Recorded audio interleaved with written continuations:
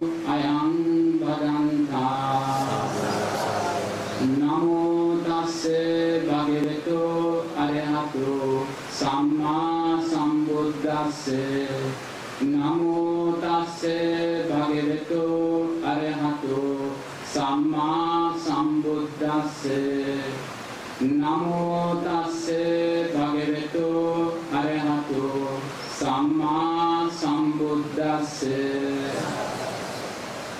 අපේ ගෞරවනීය ඒ තපෝවනේ සුදදරනාට ස්වාමීන් වහන්සේගෙන් පාද නමස්කාර පූර්වකව මුලින්ම මාවසර ලබා ගන්නවා. ඒ වගේම වැඩමවා වදාළ ඒ ගෞරවනීය ස්වාමීන් වහන්සේලා සියලු දෙනා වහන්සේලාගෙන් අවසර මීට සති 3කට වගේ පෙර ආතුව අපේ ගෞරවනීය සුදදරනායක ස්වාමීන් වහන්සේ අශෝක මහත්මයා ඒ අශෝක මහත්මයායි මහත්මිය තපුවානේට ඇවිල්ලා බොහොම ගෞරවයෙන් ආරාධනාවක් සිදු කළා. මේ ගම්විවි පදනම වෙනුවෙන් ඒ සභාපතිතුමන් වෙනුවෙන් මේ ස්ථානෙට වැඩම කරලා මේ ආකාරයෙන් පින්කමක් සිදු කරන්නේ කියලා. එහි ප්‍රතිඵලයක් හැටියටයි මේ මොහොතේ මේ පින්කම සිදු වෙන්නේ. පින්තුල්ලා තමන්ගේ සංවිධානය වෙනුවෙන් බොහොම ලස්සන ආකාරයෙන් විසිතුරු ආකාරයෙන් මේ පින්කම මහා සංඝරත්නය කෙරෙහි අප්‍රමාණ වූ ගෞරවයකින් යුතුව සිදු කරලා තියෙනවා.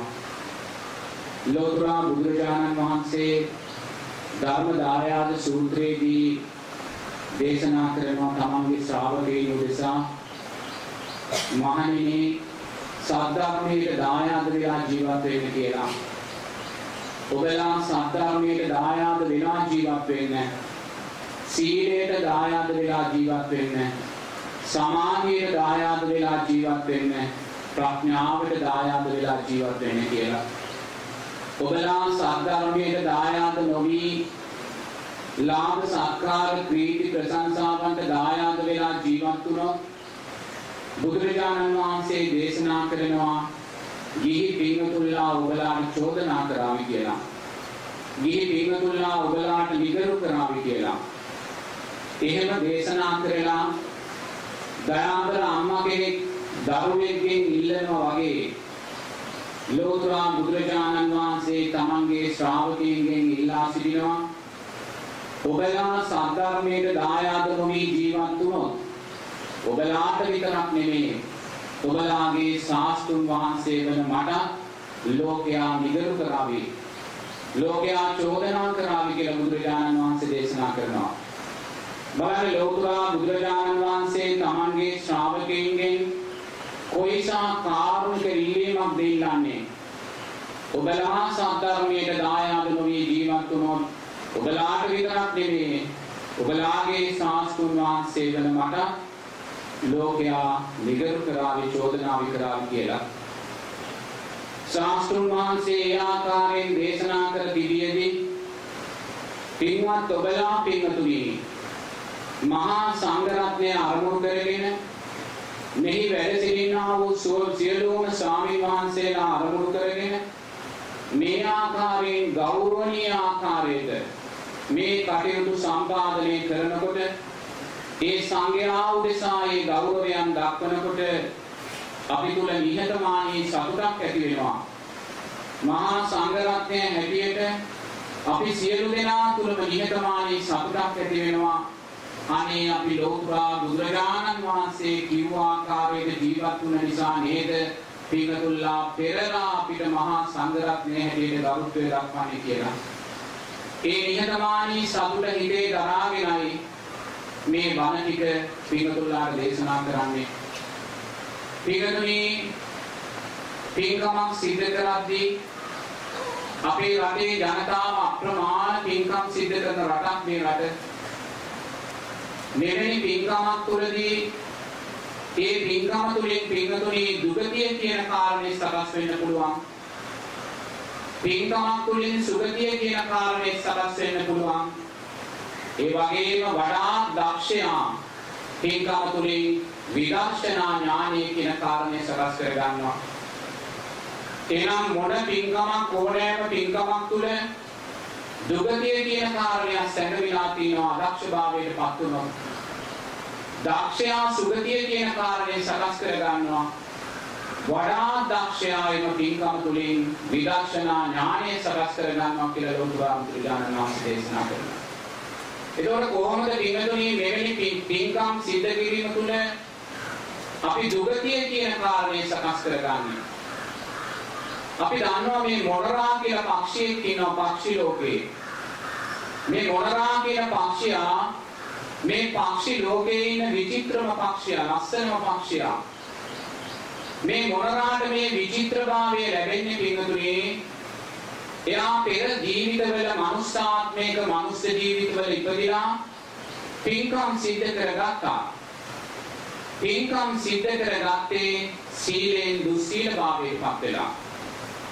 පංචශීලයෙන් බැහැරවයි පින්කම් සිද්ධ කරගත්තේ. සීලෙන් දුස්සීලභාවයට පත් වීම නිසා සතර අපාය කියන තැනට වැටෙනවා. කළා වූ පින්කම් නිසා ඒ සතර අපායේ උපත විචිත්‍රභාවයට පත් කරලා දෙනවා. ලෝතුරා බුදුරජාණන් වහන්සේගේ කාලේ එක්තරා මාළුවෙක් හිටියා ගංගාවක. මේ මාළුව පින්වතුනි හරිම වර්ණවත් විචිත්‍රයි. රත්තරන් පාටයි. රත්තරන්ින් නෙළුවා වගේ මාළුවෙක්. නමුත් මේ මාළුවා කට අරිනකොට විශාල දුර්ගන්ධයක් පැතිරෙන ප්‍රදේශයේ. මේ මාළුවගේ මේ විශේෂත්වය දැකලා මේ මාළුව අරගෙන යනවා ලෝතුරා බුදුරජාණන් වහන්සේ ළඟට. ඒ වෙලාවේ ලෝතුරා බුදුරජාණන් වහන්සේ දේශනා කරනවා මේ මාළුවා කාශ්‍යප බුදුරජාණන් වහන්සේගේ කාලේ පැවිදි වෙලා හිටිය ස්වාමීන් වහන්සේ නමක්. නමුත් සීලේ දුර්වලභාවයන් තිබ්බා. වචනයෙන් වෙන්නා වූ අකුසල් සිද්ධ කරගත්තා. මුසාවාදා, පිසුනා වාචා, පරුසා වාචා, සම්පප්පලාපා කියන මේ වචනයෙන් සිදු කරගන්නා වූ අකුසල් සිද්ධ කරගත්තා. සීලෙන් දුස්සීලභාවයට පත් වීම නිසා, දුර්වලභාවයට පත් වීම නිසා තිරිසන්නාත්ම භාවයට වැටුණා. නමුත් අර භික්ෂු ජීවිතයේදී කරගත්තා වූ පින්කම් නිසා අර මාළුවාට විචිත්‍ර වර්ණය ලැබුණා. ඒ නිසා දුස්සීලභාවයෙන් යුතුව සීල්පද පහ අපි ආරක්ෂා කරගන්නේ නැතුව අපි පින්කම් සිද්ධ කළොත් ඒ පින්කම තුළ දුගතිය කියන කාරණය සැඟවිලා තියෙනවා. අපි දිව්‍ය තල පිළිබඳ අපි දන්නවා. දිව්‍ය තල පිළිබඳ අපි අහලා තියෙනවා. ලෝතුරා බුදුරජාණන් වහන්සේ දේශනා කරනවා. මේ දිව්‍ය තලවල පින්තුණි අපි දන්නේ දෙවියෝ දිව්‍යාංගනාව ඉන්නවා කියන කාරණය පමණයි. නමුත් මේ දිව්‍ය තලවල දිව්‍ය සතුන් ජීවත් වෙනවා. ඒ දිව්‍ය සතුන් දිව්‍ය තිරිසන් ලෝකයක් තියෙනවා. දිව්‍ය තලවල තිරිසන් ලෝකෙකුත් තියෙනවා. මේ තිරිසන් ලෝකයේ තුල අපි දන්න ස්වාමීන් වහන්සේ නමක් උතුම් සමාධියෙන් පසු වෙනකොට උන්වහන්සේට අරමුණු වෙනවලු දිව්‍ය ඇතුන්, දිව්‍ය අජානීය අශ්වයින්, දිව්‍ය හාවුන්, දිව්‍ය මොණරුන්.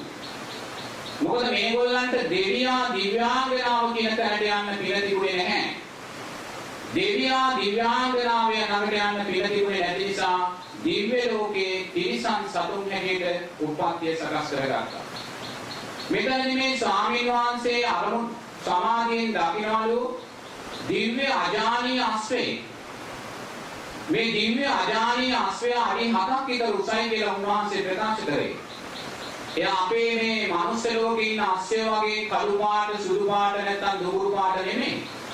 මොනරාගේ පින්කලපේ අංශයේද වර්ණවත්ද අන්නේ වර්ණවත් ආකාරයේ අජානීය අශ්වය. බොහොම ආවිෂ වර්ණයේ සැපේ බලයෙන් පිරුණා වූ අශ්වය. එතකොට ඒ ස්වාමීන් වහන්සේම අරමුණු කරලා බලලා කියනවා මේ දිව්‍ය අජානීය අශ්වයා පෙර ජීවිතේ කවුරුද කියලා. නමුත් උන්වහන්සේ දකින්නේ ඒ දිව්‍ය අජානීය අශ්වයා පෙර ජීවිතේ අපේ රටේ ජීවත් වුණා වූ ස්වාමීන් වහන්සේ නම. සීලේ දුර්වලභාවයන් තිබුණා. සීලේ දුර්වලභාවයන් තිබුණා.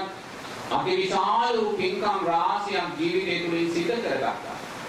ඒ පින්කම් නිසාම දිව්‍ය අජානීය අස්වේ කියන තැනදී අර ආයුෂ වර්ණයේ සැපේ බලයෙන් පිරුණා වූ දිව්‍ය අජානීය ගුණා සීලේ දුර්වලභාවයන් නිසා පුළුවන්කමක් ලැබුණේ නැහැ දෙවියා කියන තැනට එන්න. දෙවියා කියන තැනට එන්න පුළුවන්කමක් ලැබුණේ නැහැ. ඒ නිසා අද අපේ වර්තමාන අපේ රටේ ගොඩාක් පින්කම් සිද්ධ වෙනවා. වෙසක් කාලය ගත්තොත්, පොසොන් කාලය ගත්තොත් අප්‍රමාණ පින්කම් සිද්ධ වෙන රටක්.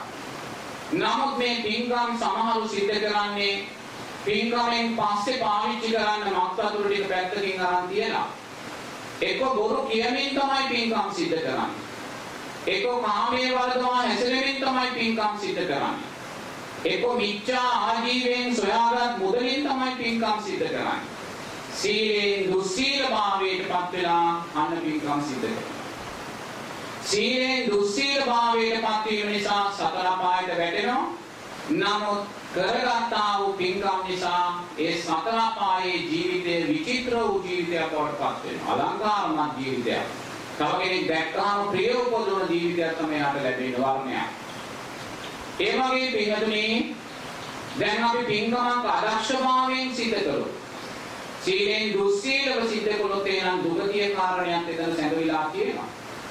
ඒ වගේම දක්ෂයා මොකද කරන්නේ මෙවැනි පින්කම් තෙරුවන් කෙරෙහි ශ්‍රද්ධාවෙන් කර්මය කර්මඵල විශ්වාසයෙන් සිල්පද පහ ආරක්ෂා කරගනිමින් මෙවැනි පින්කම් සිද්ධ කරනවා. එවැනි පින්කම් තුළින් පින්තුනි නිදාගෙන පිවිදියක් වගේ බුදුරජාණන් වහන්සේ දේශනා කරනවා දිව්‍ය මනුස්ස සැප අප්‍රමාණ වූ සැප ලැබෙනවා කියලා. මෙවැනි පින්කම් තුළින්. මෙවැනි පින්කමක් මැරෙන වෙලාවේ ඔබට සිහිපත් වුණොත් ඒ පින්කම නිසා උපාදාන පත්‍ය භවෝ කියනා වූ ධර්මතාවය යටතේ ශාස්ත්‍රීය දිව්‍ය විමානික දිවියෙක් වෙලා ඉපදෙනවා කියලා බුදුරජාණන් වහන්සේ දේශනා කළා. බුදුරජාණන් වහන්සේගේ කාලේ බුදුරජාණන් වහන්සේ දේශනා කරන එක දෙවියෙක් හිටියා. එයා මාළභාරී දෙවියා. මාළභාරී දෙවියා කියන්නේ යා බිරින්දෑවරුන් භාර්යාවන් විසින් මලෙන් හැම වෙලාවම සලසනවා. එයාගේ කුසල් ශක්තිය නිසා. එයා දිව්‍ය තලයේ මාළභාරී දෙවියා පහළ වෙනකොටම ඒ මාළභාරී දෙවියාට දිව්‍යාංගනාව 500ක් පහළ වෙනවා. පින නිසා. පින්කම් කිරීමේ පින නිසා. මේ මාළභාරී දෙවියා මේ දිව්‍යාංගනාව 500ක් එක්ක හැමදාම නන්දන උයනට යනවා කියනවා. නන්දන උයනට ගිහිල්ලා මාළභාරී දෙවියා වාඩි වෙලා ඉන්නවා. අර දිව්‍යාංගනාව 250ක් මල් ගස් වලට නගිනවා කියනවා. ඒ 250 මල් කඩලා බිමට දානකොට පල්ලෙහා ඉන්න දිව්‍යාංගනාව 250 මේ මල් අගුරලා මාළභාරී දෙවියව මලින් සලසනවා කියනවා. ඒක තමයි ඒගොල්ලන්ගේ ජීවිතේ. මලින්ම පිරුණා වූ ජීවිතයක්. සුවඳින්ම පිරුණා වූ ජීවිතයක්. සැපයෙන්ම පිරුණා වූ ජීවිතයක්. මේ කුමක් නිසාද පින්තුනි? මේ මනුස්ස ජීවිතවල ඉපදිනා එරුවන් කෙරෙහි සද්ධාවෙන් කර්මය කර්මඵල විශ්වාසයෙන් සීල්පද පහ ආරක්ෂා කරගලා වූ පින්කම්. දැන් මනුස්ස ලෝකේ බලන්න මනුස්ස ලෝකේ කොච්චර ආයුෂ වර්ණයේ සැපේ බලෙන් ආඩ්‍ය වූ මිනිස්සු ඉන්නවා. මහා සම්පෝෂිත භාවයන් තියෙන මහේශාක්‍ය මිනිස්සු ඉන්නවා. මේ කුමක්ද මේ මහේශාක්‍ය භාවය කියන්නේ? මේ පොහොසත් භාවයේ ධනවත් භාවය කියන්නේ මොකක්ද? සමාජයේදී අපි කියනවා මේක සමාජ අසාධාරණයක් කියලා. මේක සමාජ අසාධාරණයක් නෙමෙයි බුදුරජාණන් වහන්සේ දේශනා කරන්නේ. හේතුඵල ධර්මයක්. පෙර සංසාරයේ කළා වූ දානමය පින්කම් සහ අනිකුත් පින්කම් වල ඵලයයි මේ ආයුෂ වර්ණයේ සැපේ බලය කියන්නේ. මෙවැනි පින්කම් සිද්ධ කරලා ගිය ජීවිතේ මැරෙන වෙලාවේ පින්කම් සිහිපත් වෙලා ඒ හේතුඵල ධර්මයන් හදුවට ලබාගත් වූ ඵලය තමයි මේ මහේශාක්‍ය භාවයේ ශාස්ත්‍රීය භාවය කියන්නේ. එහෙනම් මෙවැනි පින්කම් තුළ තෙරුවන් කෙරෙහි ශ්‍රද්ධාවෙන් කර්මය කර්මඵල විශ්වාසයෙන් ඒ වගේම සිල්පද පහ ආරක්ෂා කරගෙන මෙවැනි පින්කම් කළොත් ඒ අප්‍රමාණ සැපයන් තියෙන සුගතිය කියන කාරණේ අපිට ලැබෙනවා කියලා බුදුරජාණන් වහන්සේ දේශනා කළා. තුන්වෙනි කාරණේ පින්තුනි වඩා දක්ෂයා මෙවැනි පින්කම් වලින් නිරතුරුවම විදර්ශනා නුවණ සකස් කර ගන්නවා. දැන් අදක්ෂයා සතර අපායට පාර හදා ගන්නවා. දක්ෂයා සුගතියට පාර හදා ගන්නවා. වඩා දක්ෂයා මේ පින්කම් විදර්ශනානුව සකස් කරගන්න උපයෝගී කරගන්න. කොහොමද පින්තුණී අපි මේ විදර්ශනානුව සකස් කරගන්නේ? බුදුරජාණන් වහන්සේ දේශනා කරනවා මේ ආවා වූ භව ගමනේදී අපිට ලෞතුරා බුදුරජාණන් වහන්සේලා ලක්ෂ ගාණක් මුණ ගැහිලා තියෙනවා කියලා. වරක් එක්තරා බමුණෙක් ලෞතුරා බුදුරජාණන් වහන්සේගෙන් අහනවා භාග්‍යවතුන් වහන්සේ අතීතේ කොයිතරම් බුදුරජාණන් වහන්සේලා මේ ලෝකේ පහළ වුණාද කියලා. ඒ වෙලාවේ බුදුරජාණන් වහන්සේ දේශනා කරනවා බමුණ මේ නර්මදා නදියේ තියෙන වැලිකඩ සංඛ්‍යාව මෙපමණයි කියලා කියන්න බෑ වගේ. අතීතේ පහළ වුණා වූ බුදුරජාණන් වහන්සේලා මෙපමණයි කියලා කියන්න බෑ කියලා. මොකද ඒසා සම්මා සම්බුද්ධ ශාසන අපි අතීතේ පසු කරලා ඇවිල්ලා තියෙනවා. ඒ අතීතේ පසු කරලා පැමිණියා වූ සම්මා සම්බුද්ධ ශාසනවල අපි කරගත්තා වූ පින්කම් නිසා පින්තුනි අවුරුදු 84000ක් ආයුෂ දින සක්විති රජවරු වෙලා අපි ඉපදිලා තියෙනවා. මොකද බුදුරජාණන් වහන්සේ කියනවා මහා පාර හරහා පනින කඩිරලක් පෙන්නලා ආනන්දමේ කඩිරලේ ඉන්න හැම කඩියෙක්ම සංසාරයේ සක්විති රජ වෙලා තියෙනවා කියලා. බලන්න තිරිසන් ලෝකේ ඉන්න කඩියක් සංසාරේ සක්විති රජ වෙලා තියෙනවා නම් ඔබ මම සංසාරේ කී වතාවක් සක්විති රජ වෙලා ඇද්ද? අවුරුදු 84000ක් ආයුෂ. ඒ සක්විති රජුගේ ස්ත්‍රී රත්නය වෙලා අපි කොච්චර ඉපදිලා ඉන්නේ නැද්ද? ඒ සක්විති රජුගේ මුළු ලෝකයේම දිග්විජයකල පුතුන් දහස වෙලා අපි කොච්චරනම් ඉපදිලා ඇද්ද? සක්‍රියා වෙලා සුජම්පති දේවිය වෙලා අපි කොච්චරනම් ඉපදිලා ඇද්ද? මේ කුමක් නිසාද පින්තුනි මෙවැනි විසිතුරු ජීවිත අපිට ලැබුණේ? පින නිසාමයි, පින්කම් නිසාමයි. පින්කම් නිසා මේ විචිතුරු ජීවිත අපිට ලැබුණා. ඒ සංස්කාරය අනිත්‍ය වූ දෙයක්මයි. ඒවා විපාක දීලා අනිත්‍ය වුණා. අර සක්විති රජ වෙලා ඉපදුණා. එතනින් යා චුත වෙලා ආයිමත් කඩියා කියන තැනට සතර අපාය කියන තැනට වැටුණා. එහෙනම් සංස්කාරයන්ගේ ස්වභාවය අනිත්‍යයි කියන කාරණය අපිට දකින්න පුළුවන් නම් කුසල සංස්කාරයන් වේවා අකුසල සංස්කාරයන් වේවා විපාක දීලා අනිත්‍ය වෙන දෙයක් කියලා අපි දකින්න දක්ෂ නම් මේ මොහොතේ මේ පින්කම සංවිධානය කිරීම තුළින් මේ පින්කම කරන්න ඕනේ කියලා සිතුවිල්ලක් සකස් කරගත්ත මොහොතේ පටන් මේ මොහොත දක්වා යම් කුසල් සිතුවිලි සකස් වුණා නම් ඒ සෑම සිතුලක්ම අනිත්‍යයි කියන කාරණේ දකින්න දක්ෂ නම් ඒ සසුනා වූ හැම සංස්කාරයක්ම අනිත්‍යයි. ඒ විපාක දීලා අනිත්‍ය වෙන දෙයක් කියලා දකින්න දක්ෂ වුණා නම් අන්න එතන පින්තුනි විදර්ශනා නුවණ කියන සාධනයක් තුල සකස් වෙනවා. අපි පින්කම් සිද්ධ කරලා අනාගතේ දෙවියෙක් වේවා කියලා ප්‍රාර්ථනා කරන්නේ නැහැ. අපි පින්කම් සිද්ධ කරලා අනාගතේ දෙවියෙක් වේවා කියලා නම් ප්‍රාර්ථනා කරන්නේ ඒ ප්‍රාර්ථනා කරන්නේ අනාගත පංච උපාදානස්කන්ධයක්. අපි පින්කම් සිද්ධ කරලා අනාගතේ බ්‍රහ්මෙක් වේවා කියලා ප්‍රාර්ථනා කරනවා නම් ඒ ප්‍රාර්ථනා කරන්නේ අනාගත පංච උපාදානස්කන්ධයක්.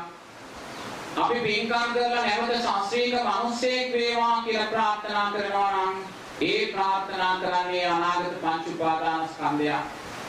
ප්‍රාර්ථනා කරන්නේ පංච උපාදානස්කන්ධයක් නම් ඒ ප්‍රාර්ථනා කරන්නේ දුක. මොකද මේ සංස්කාරයන් අනිත්‍යයි. විපාක දීලා අවසන් වෙන දේවල්මයි. ඒ නිසා මේ රැස්ුණා වූ සංස්කාරයන්ගේ අනිත්‍යභාවය මොහොතක් දැකලා භවයට තියෙනා වූ කැමැත්තෙන් ඔබ මිදෙන්න දක්ෂ නම් මේ මොහොතේ ඒ තුල පින්නතුනි විදර්ශනා නුවණයි සකස් වෙන්නේ. ලෝතර බුදුරජාණන් වහන්සේ දේශනා කරනවා ඔබලා මේ අතීත සම්මා සම්බුද්ධ ශාසනවල ඉපදිනා.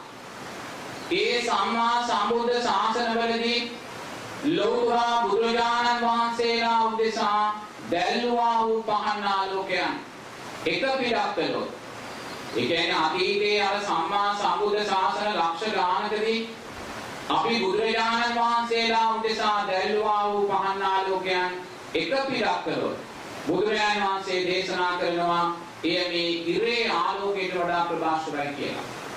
කොයිසා පහන් ආලෝකයන් අපි දැල්වලා තියෙනවා. සංසාර පුරාවට ආවා වූ ගමනේදී බුදුරජාණන් වහන්සේලා උදෙසා දැල්වුවා වූ පහන් ආලෝකයන් එක පිටක් කළොත් ඒ මේ ඉරේ ආලෝකයට වඩා ප්‍රභාස්වරයි කියලා බුදුරජාණන් වහන්සේ දේශනා කළා. ඒසා පහන් ආලෝකයන් අපි බුදුරජාණන් වහන්සේලා උදෙසා දැල්වලා කියනවා.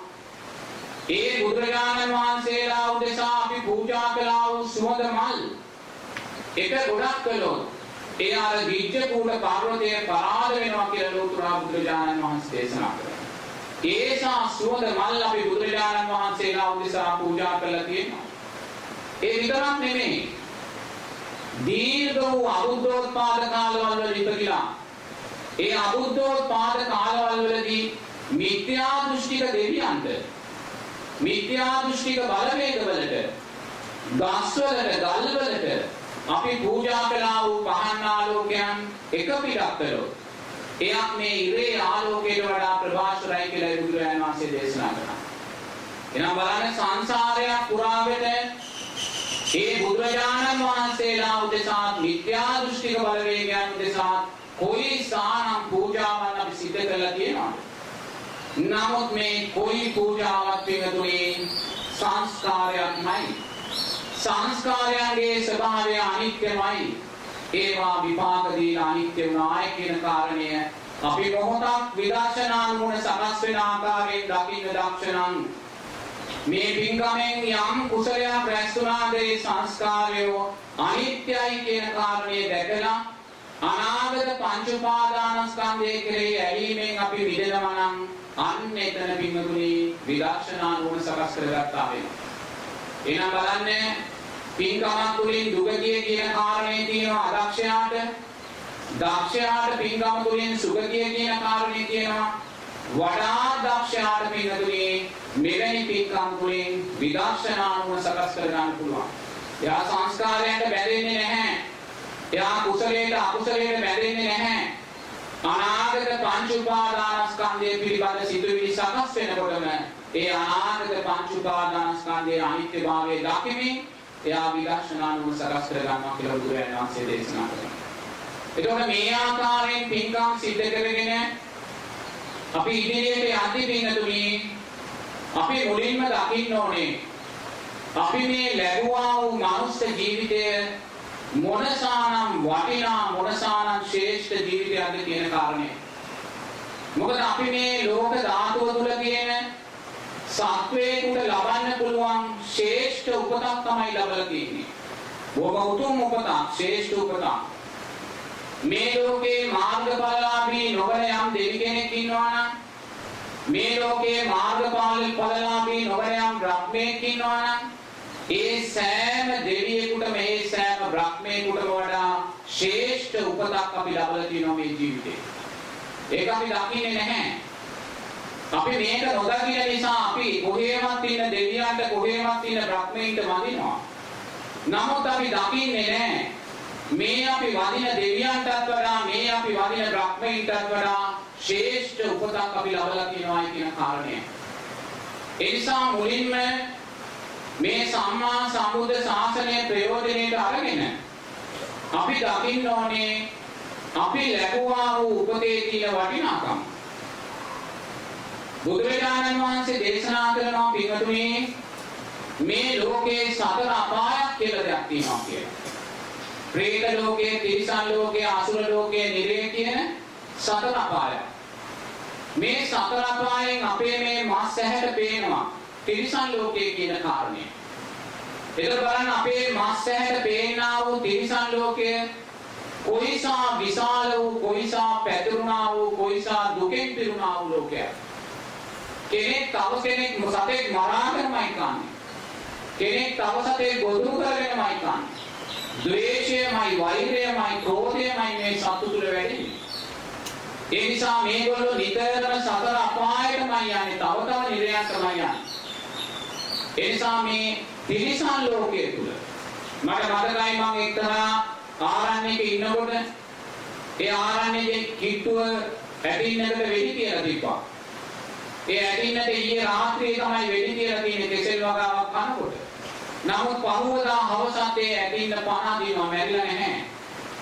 ඒ ඇටින්නගේ පිටිපස්ස ගාත් එක පිටිපස්සෙන් ලොකු පොහොරවයක් වගේ දෙයක් එළියට ඇවිල්ලා තිබිලා තියෙනවා. අනේ බලනකොට අර වේදනාව නිසා කුසේ හිටියා වූ පැටියත් එයා ප්‍රසූත කරලා. බලන්න මොනසා වේදනාවක් මේ සත්තු විඳිනවද කියලා. කාට කියන්නද කවුරු පැනඩෝල් පෙත්තක් දෙන්නද? කවුරු හොයන්න බලන්නද? තමාගේ දුක තමා විසින්ම සිද්ධ කරගන්න. නමුත් මේ ඇතින්න කියන්නේ තර පැටිවා කියන්නේ පින්වතුනි පෙර ජීවිතයක මිනිස්සුමයි. ඒ මනුස්ස ජීවිතවල ඉපදිලා මේ වගේම සත්තුන්ට වෙඩි තියලා මරලා සත්ව හිංසාවන් සිද්ධ කරලා එහි විපාකයේ හැටියට මේ ජීවිතේ සදාත් ඒ ආකාරයෙන් මරුණ කනවා. බලන්න තිරිසන් ලෝකයේ එක සිද්ධියක් විතරයි. මේසා ද්වේෂයෙන්ම පිරුණ දුකෙන්ම පිරුණ ලෝකයක් තමයි තිරිසන් ලෝකය. දැන් මේ ලස්සන කුරුල්ලෙක් ගන්න මේ ලස්සන කුරුල්ලා කොච්චර ලස්සනට නාද කරනවද යා කොච්චර ලස්සන වර්ණයක් තියනවද? නමුත් මේ කුරුල්ලා කියන්නේ කවුද පින්නතුනි? හැම නිමේෂයකදීම ප්‍රාණඝාත අකුසලයක් සිද්ධ කරගන්නා කෙනෙක්. ඔය එක කුරුල්ලෙක් දවසකට පණුවන් 50ක් 60ක් මරාගෙන කනවා. දැනගුවන් 50ක් 60ක් මරාගෙන කනවා. ඒ මරාගෙන කන හැම නිමේෂයකදීම ප්‍රාණඝාත අකුසලය ඒගොල්ලෝ තුලින් සිද්ධ වෙනවා. ඒ ප්‍රාණඝාත අකුසල නිසා ඔය අපි ලස්සනයි කියලා හුරුකුටි කියලා ආදරයට හදන ඔය හැම සත්පුරුලෙක්ම දිනෙන් දින නිරේගාමීමයි වෙන්නේ. නිරේ පැත්තටමයි බලාගෙන යන්නේ. ගොඩේමක් නැහැ. කල්ප ගණන් සතර අපායෙම පල්ලෙහාට දුකත් එක්ක ඈතට යනවා. මොකෝ දුස්සීලභාවයමයි සකස් වෙන්නේ. පරපණැසීමමයි සිද්ධ කරන්නේ. ඒ වගේමයි පින්වතුනි പ്രേත ලෝකයේ බුදුරජාණන් වහන්සේ දේශනා කරනවා එක ප්‍රේතෙක් ඉන්නවා. එයාගේ ඇස් දෙක ගිනි ගන්නවා. ඕපපාතිකෝ പ്രേත ලෝකයේ ඉපදෙන මොහොතේ පටන් එයාගේ ඇස් දෙක ගිනි ගන්නවා. එයාට ඒ ගින්න නිවා ගන්න තේරුමක් නැහැ. දැන් අපේ ඇස් දෙක ගිනි ගන්නවා නම් අපිට පුළුවන් ඒ ගින්න නිවා ගන්න. නමුත් මේ പ്രേතයාට ඒ ගින්න නිවා ගන්න දැනුමක් නැහැ.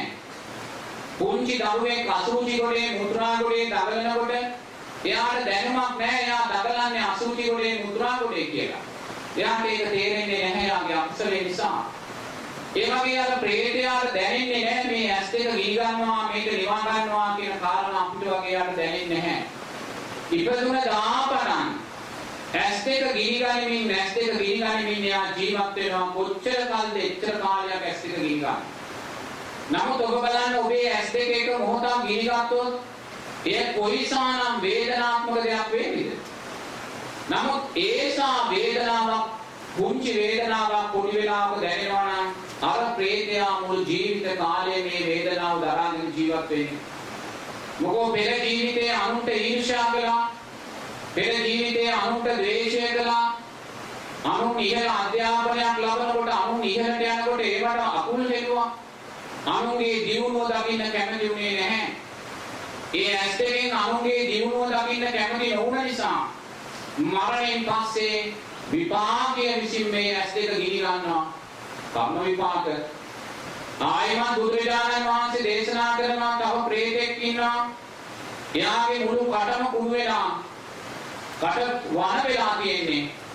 ඕක පාදිකව උපත ලබනකොට මෙයාගේ කට වන වෙලා කතා කරන්න උත්සාහ කරනවා. නමුත් එයාට කතා කරගන්න බැහැ. පෙර ජීවිතේ මුසාවාදය පිසුනා වාචා පරුසා වාචා සම්පප්පලාපා සිනා වෙලා සතුටු වෙලා මේවා කරලා එහි විපාක හැටියට പ്രേත ලෝකේ ඉපදෙනකොට එයාට කට කුණු වෙලා ඉපදෙන්නේ වචනයක් කතා කරන්න බැහැ. මේ කට කුණු වීමේ දුක විසින් එයා හැමදාම දුක් විඳිනවා. ආයිමත් බුදුරජාණන් වහන්සේ දේශනා කරනවා මේ කාමයේ වරදවා හැසිරෙන ස්ත්‍රී පිරිමි දෙකොල්ලම പ്രേත ලෝකේ ඉපදෙනකොට පින්වතුනි මේ ශරීරයේ කුණු වෙලා ඉපදෙන්නේ. අපුණයි දකින්න බෑ. ශරීරයේ වන වෙලා කුණු වෙලා විශාල ගෙඩි විශාල වන මේ പ്രേත ලෝකේ ඉන්න പ്രേතියෝ പ്രേතයන් ළඟට කාමයේ ඉල්ලාගෙන යනවා. නමුත් ඒගොල්ලන් ළඟට කිසිම പ്രേතෙක් එන්නේ නැහැ. අකුසල විපාකය. මේ ජීවිතේ මේ රූපය කාමච්ඡන්දයන් උදෙසා යෙදුවා. ඒ නිසා ඒ අනුව പ്രേත ජීවිතේ ලබද්දී එයාට කාමයේ ඕනේ කාමයේ ඉල්ලා සිගා කමින් ඇවිදිනවා. නමුත් කිසිම പ്രേතෙක් එයා ළඟට එන්නේ නැහැ. ඒ අකුසල විපාකය විඳිනවා. බලන්න මොයිසානන් දරුණු പ്രേත ලෝකයක් අපි ඉදිරියේ තියෙනවාද? තව එක പ്രേතෙක් ඉන්නවා කියනවා එයා මහ පොළොවට ගල් වෙලා ඉන්නේ. අපි දැක්කොත් අපිට පේන්නේ කළු ගලක් විතරයි. නමුත් මේ කළු ගලට බද්ධ වෙලා ඒ പ്രേතයා උපත ලැබලා ඉන්නේ. ඔය ඉඩකඩම් මගේ කරගෙන ජීවත් වෙන අය ඉන්නවා. මුළු ජීවිත කාලයේදීම ඉඩකඩම් උදෙසා උසාවිය අය ඉන්නවා. දෙමාපියන් දරුවන් අමතක කරන අය ඉන්නවා ඉඩකඩම් උදෙසා.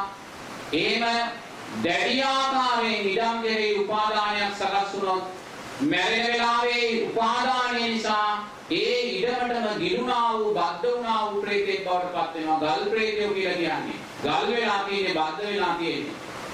ජීවිත කාලයේම ඉඩම වෙනුවෙන් මරාගත්තා වගේ දැන් යා ඉඩමටම ගල් වෙලා උපතක් ලැබලා තියෙනවා. මගේ කරගෙන සංස්කාරය බොහෝම සාධාරණ පිළිතුරේ විභාගයන් සලස්වනවා.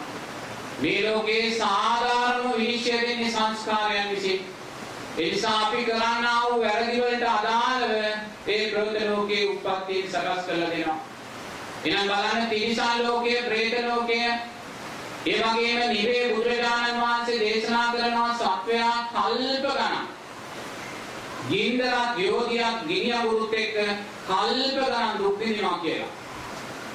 කල්ප ගණන් දුක් විඳිනවා කියනවා. මේ දුක් විඳිනකොට සමහර වෙලාවට මේ නිවිසත්තු යමපල්ලන්ගෙන් ඉල්ලනවා මට බඩගිනි කියලා කියනවා. ඒ වෙලාවේ ගිනි අඟුරු කවනවා කියලා බුදුරජාණන් වහන්සේ කියනවා. මට දිබායි කියලා කියනවා. එතකොට යෝධිය පොනවා කියලා බුදුරජාණන් වහන්සේ කියනවා. මේසා දරුණු නිරයක් කියනවා. ඒ නිරයේ പ്രേත ලෝකයේ, අසුර ලෝකයේ, තිරිසන් ලෝකයේ පින්නතුනේ ඔබත් මම කල්ප ගණන් ජීවත් වෙලා තියෙනවා. මම නම් කොයිම මොහොතකවත් ලැජ්ජ නැහැ හිතන්නේ.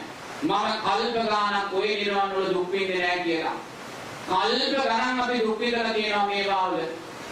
බඩගිනි කියනකොට අපි කල්ප ගණන් අපිට ගින්දර කවලා තියෙනවා. වතුර දිබායි කියනකොට අපිට කල්ප ගණන් අපිට යෝධිය පොළ තියෙනවා. මේසා දුක්ඛිත සතර අපායක් පින්තුනේ අපේ ඉදිරියේ තියෙනවා. එහෙමනම් කල්පනා කරන්න මේසා දරුණු සතර අපායක් තිබිලා මේ දරුණු සතර අපායෙන් මිදලා අපි මේ ලස්සන මනුස්ස ජීවිතය ලබන්න දක්ෂ වුණා. ඒක දක්ෂභාවයක්. ඒක මේ උපදේ තියෙන ශ්‍රේෂ්ඨභාවයක්. මොකද අපේ කාලේ එක්තරා මිනිස්සෙක් හිටියා. එයා බොහොම සම්පෝෂිත මහත්මයෙක්. වාක්කෝසත්කම් සියල්ල තිබුණා. ඉහළ අධ්‍යාපනය ලැබපු දරුවෝ 5 දෙනෙක් හිටියා. එයාට දවසේ පැය 24 මදි පිනතුලි. ඒ තරම් එයාට රාජකාරී තිබුණා. පින්කමකට එන්න, පන්සලකට යන්න, සිල් සමාදන් වෙන්න එයාට වෙලාවක් නැහැ. ඒ තරම් රාජකාරී. මේ මහත්මයා උපයාගත්තා වූ කෝටි ගණන් ධනෙ වියදම් කරලා මේ මහත්මයා අලුත් සුඛෝපභෝගී නිවසක් හදන්න පටන් ගත්තා. මේ නිවස අඩක් හදමින් සිටියේදී මේ මහත්මයා මිය පරලොව යනවා. මේ මහත්මයා මිය පරලොව ගියාට පස්සේ අපි දන්න ස්වාමීන් වහන්සේ නමක් අරමුණු කරලා බලලා කියනවා මේ මියගිය මහත්මයා නැවත උපත ලැබුවේ කොතනද කියන කාරණේ. ඒ වෙලාවේ ස්වාමීන් වහන්සේ දකින්නවලු අර අලුතෙන් හැදෙමින් තිබුණා වූ නිවසේ මුල්ගත බදාගත්ත බහිරවේක් වෙලා උප්පත්තිය ලැබලා තියෙනවා. උපාදාන පත්‍ය භව. උපාදානයේ සකස් කරලා දෙන්නේ කවුද? තෘෂ්ණා පත්‍ය උපාදාන. මැරෙන වෙලාවේ තෘෂ්ණාවෙන් බැඳුනේ කුමකටද? හදමින් පැවතියා වූ නිවසට. වෙන දෙයකට නෙමෙයි. මැරෙන වෙලාවේ තෘෂ්ණාවෙන් අල්ලගත්තේ නිවස. උපාදානයේ කරගත්තේ නිවස.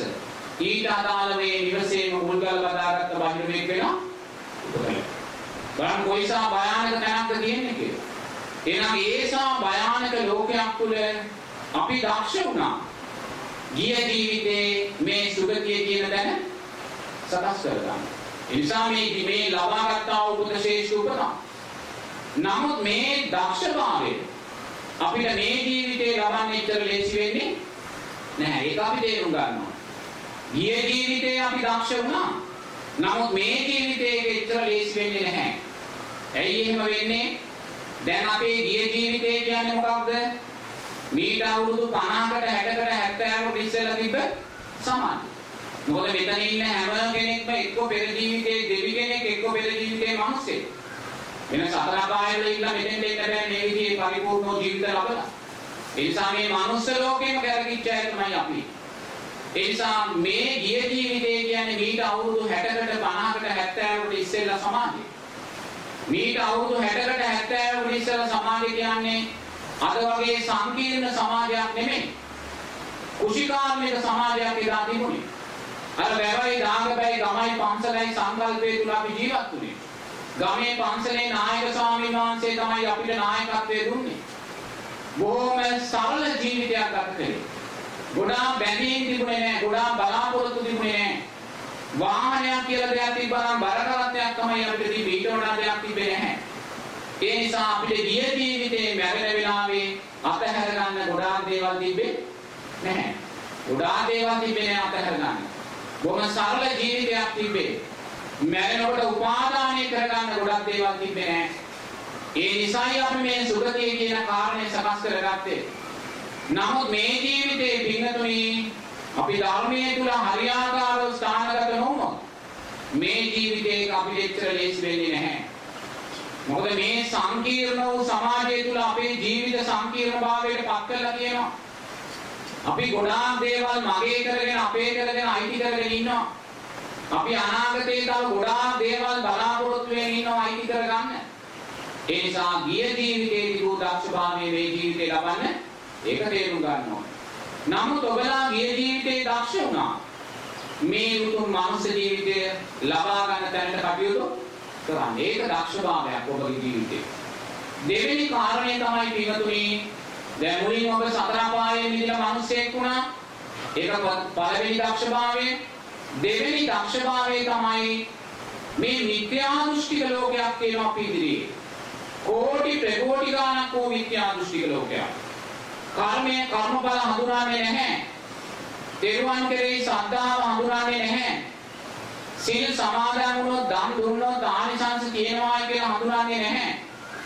හේතුඵල ධර්මයන්ට අනුව නැවත උපතක් තියෙනවා කියන කාරණය හඳුනන්නේ නැහැ. අම්මා තාත්තාගේ ගුණයන් පිළිබඳ හඳුනන්නේ නැහැ. මේ මිත්‍යා දෘෂ්ටික භාවය. මේ මිත්‍යා දෘෂ්ටික භාවය නිසා පින්වතුනි අවුරුදු මිනිස්සු කෝටි ගණන් නිරතුරුවම දුකෙන් දුකටම යනවා. ඒගොල්ලෝ දන්නේ නැහැ ඒගොල්ලෝ මැරිලා නැවත උපදිනවා කියන කාරණේ. ඒගොල්ලෝ දකින්නේ ඒගොල්ලෝ මැරුණාට පස්සේ දෙවියන් වහන්සේ ළඟට යනවා කියන කාරණේ විතරයි. ඒගොල්ලෝ දන්නේ ඒගොල්ලන්ගේ අම්මා මැරිලා තාත්තා මැරිලා ප්‍රේතෙක් වෙනවා කියලා ඒගොල්ලෝ දන්නේ නැහැ. නමුත් ඒගොල්ලන්ගේ ඥාතීන් මැරිලා ඒ අයත් උපාදාන පත්‍ය භවෝ කියන කාරණේ යටතේ ඒගොල්ලෝ ප්‍රේතයෝ වෙලා උපදිනවා.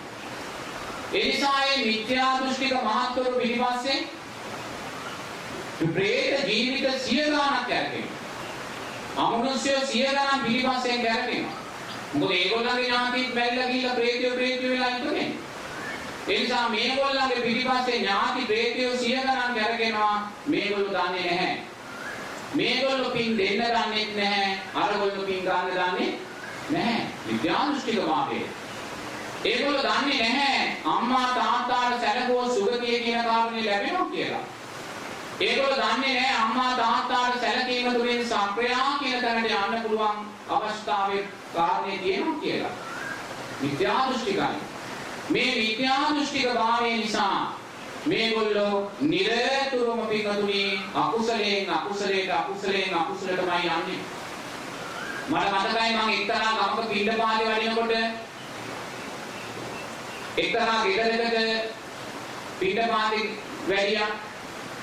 ඒ පින්ඩපාතේ වැඩලා ගේ ඉස්සරහා හිටගෙන ඉන්නකොට ඒ දෙකේ මෑණියෝ අම්මා පීරිසියක තියාගෙන කිරිපත් කෑලි දෙකක් අරන් ආවා.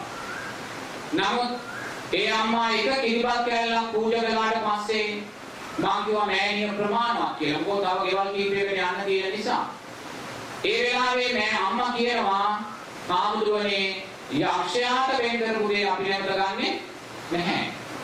යක්ෂයාට වෙන් කරපු දේ නැවත ගන්නෙ නැහැ." ඒ වෙලාවේ මං කිව්වා "හොඳයි මෑණියෝ එහෙනම් ඔය කෑල්ලක් බෙදන්න" කියලා. එයා බෙදුවා. බෙදුවට පස්සේ මම අභිවාදන සීනිස්ස කියන වචන දෙක විතරයි ඒ අම්මට කිව්වේ. ඒ අම්මා කියනවා "හාමුදුරනේ අපිට පින් එපායි" කියලා. ඒ වෙලාවේ මම කිව්වා එහෙනම් මෑණියනි දෙවියන් වහන්සේගේ පිටයි කියලා. ඒ වෙලාවේ අම්මා සතුටු වුණා. බලන්න මිත්‍යා දෘෂ්ටික භාවයේ කොච්චරනම් අකුසල අපිට සිද්ධ කරලා දෙනවද කියලා.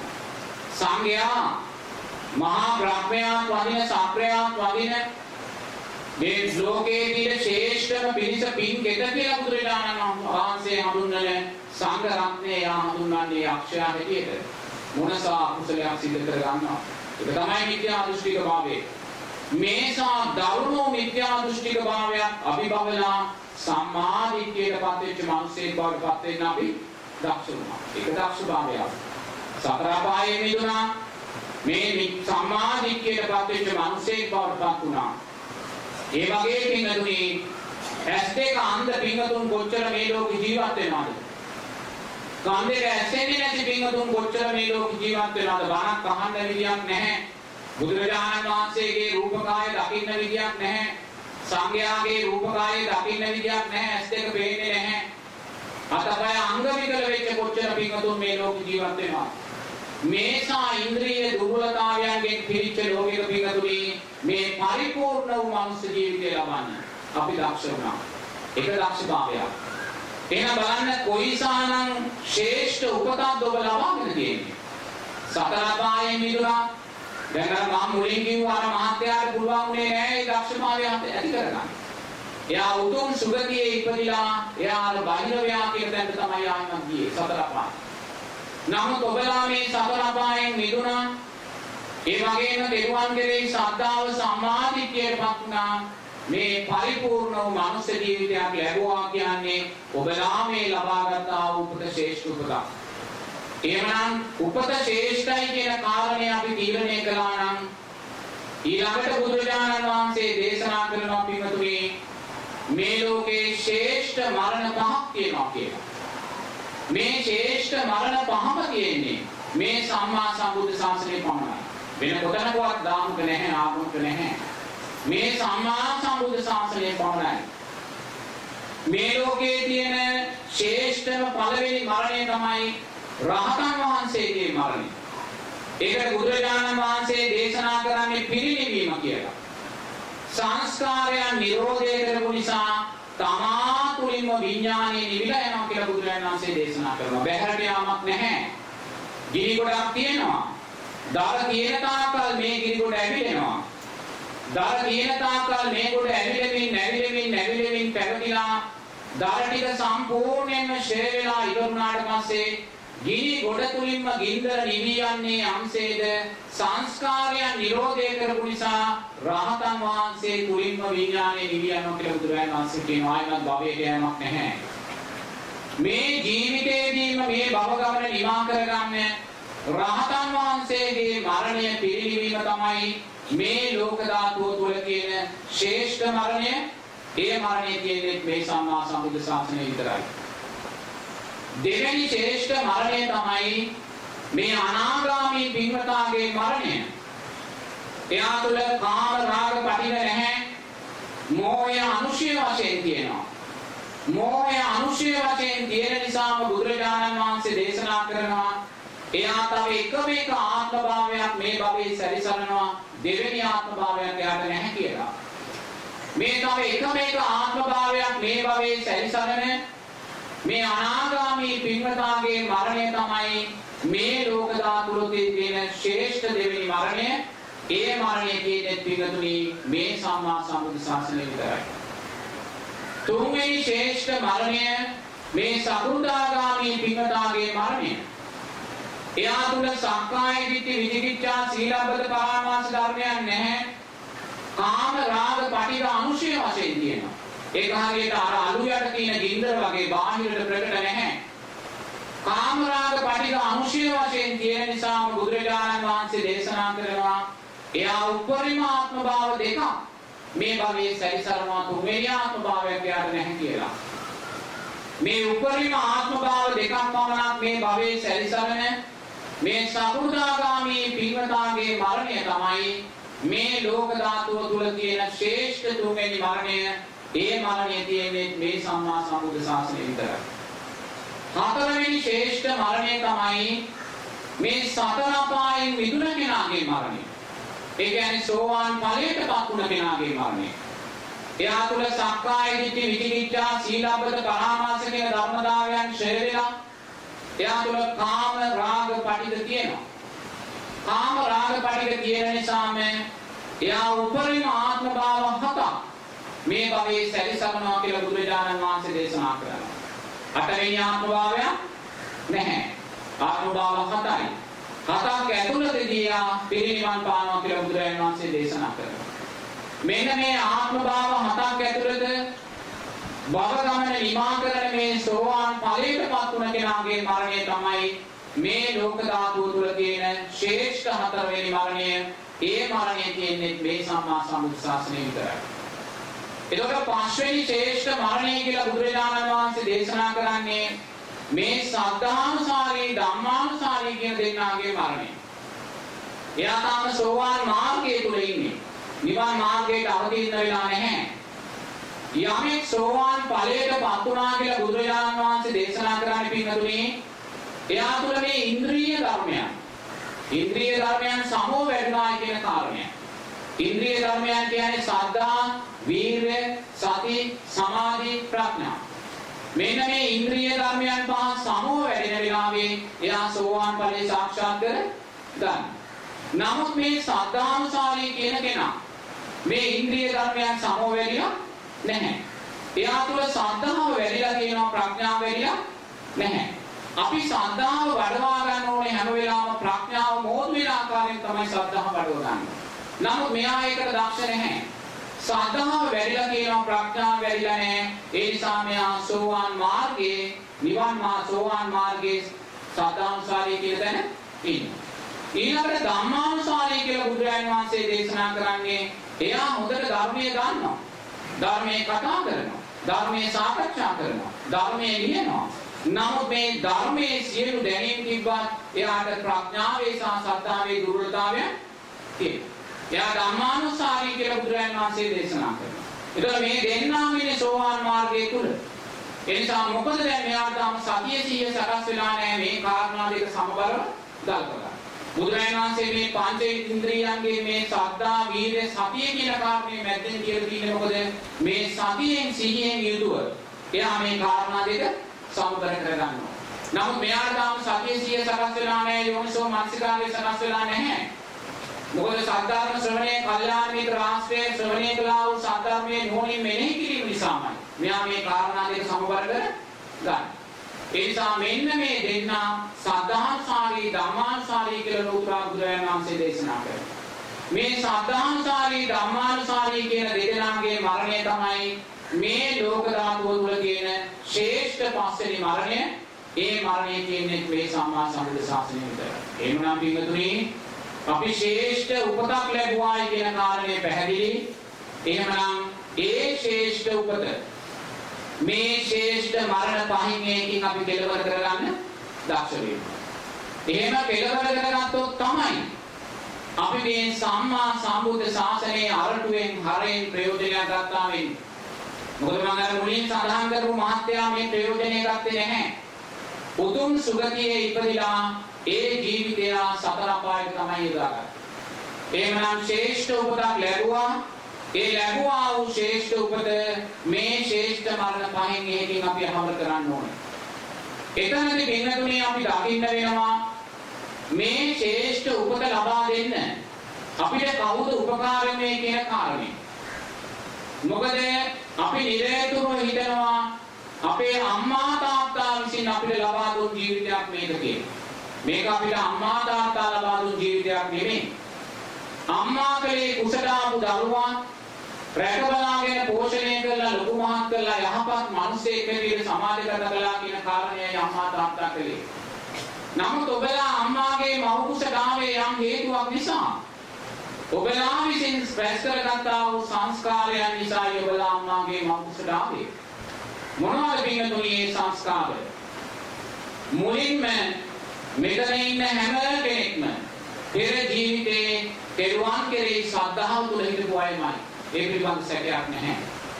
ගිය ජීවිතේ තෙරුවන් කෙරෙහි ශ්‍රද්ධාව තුල හිටිය නිසායි මේ ජීවිතේ ඔබලා තෙරුවන් කෙරෙහි ශ්‍රද්ධාව තියෙන මව් කුසකට බැහැගත්තේ. හේතුඵල ධර්මයක්.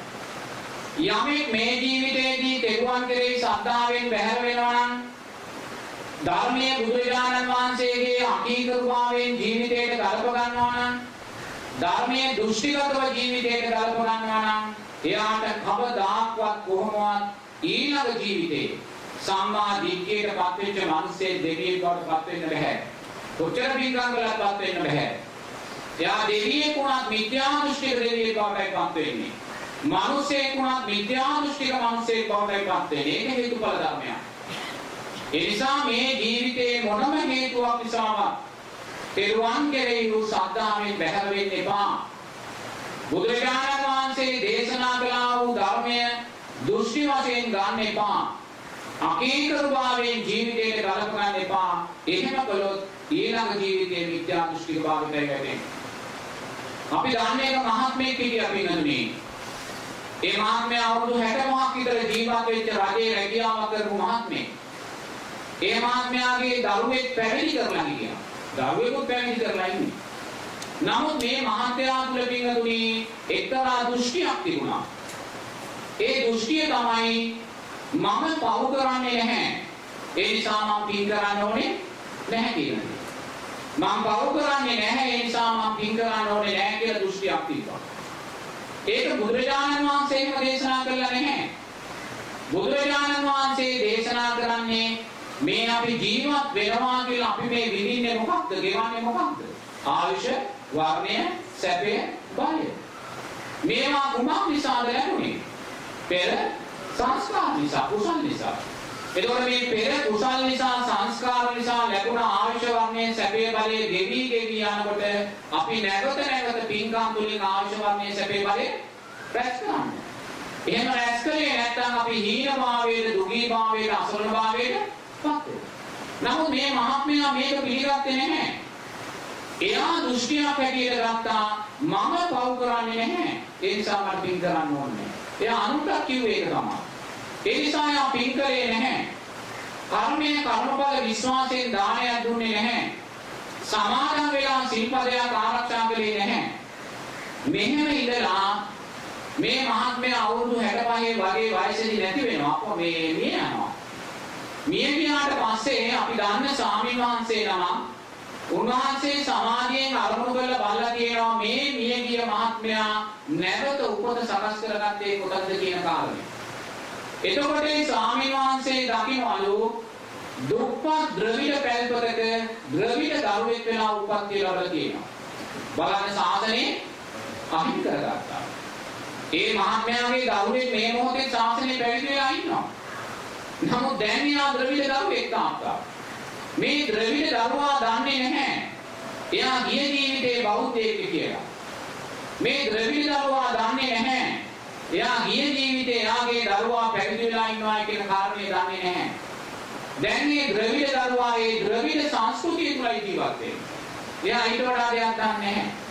ඒ කියන්නේ මිත්‍යා දෘෂ්ටික භාවයට වැටෙනවා. කායිමත් කල්ප ගානකින් ගොඩ එන්න බෑ පින්නතුනි. සද්ධර්මයේ ශ්‍රවණය කළා කල්යාණ මිත්‍ර ආශ්‍රය ලැබිලා ඒ ශ්‍රවණය කළා වූ සද්ධර්මයේ නොනින් මෙනෙහි කරලා තමයි ආයිමත් මේ සම්මා දිට්ඨිය කියන කාරණයට කවදා හරිපත් වෙන්න පුළුවන්. ඒක දැන් ලේසි නෑ.